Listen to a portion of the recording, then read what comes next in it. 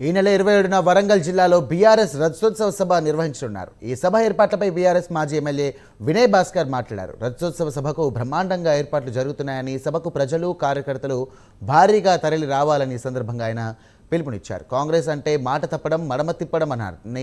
MLC Madhusudhanachari అన్నారు. ఇక తెలంగాణ ఆత్మగౌరవాన్ని కాంగ్రెస్ ఢిల్లీకి తాకట్టు పెడుతోందని మండిపడ్డారు. ఇక 16 నెలల్లో కాంగ్రెస్ ప్రభుత్వం వర్గాన్ని మోసం చేసిందని సందర్భంగా వారు ఆగ్రహం వ్యక్తం చేశారు.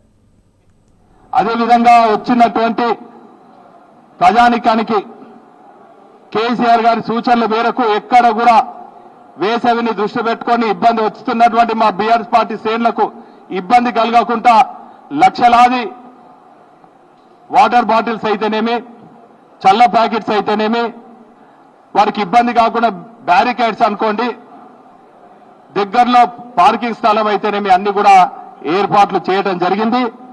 ఇప్పటికే తెలంగాణ రాష్ట్ర వ్యాప్తంగా నియోజకవర్గాల సమీక్ష సమావేశాలు, సన్నాహక సమావేశాలు కూడా నిర్వహించుకోవడం జరిగింది. మనం అందరం కూడా గమనిస్తా ఉన్నాం. కాంగ్రెస్ పార్టీ అంటే ద్రోహం, మోసం. కాంగ్రెస్ అంటే మాట తప్పడం, మడిమ తిప్పడం. ఇక్కడ కాంగ్రెస్ పాలనలో స్కాములు ఫుల్లు, స్కీములు నిల్లు. ప్రజలకు ఇచ్చిన హామీలకు మొండి చేయి, తొండి చేయి.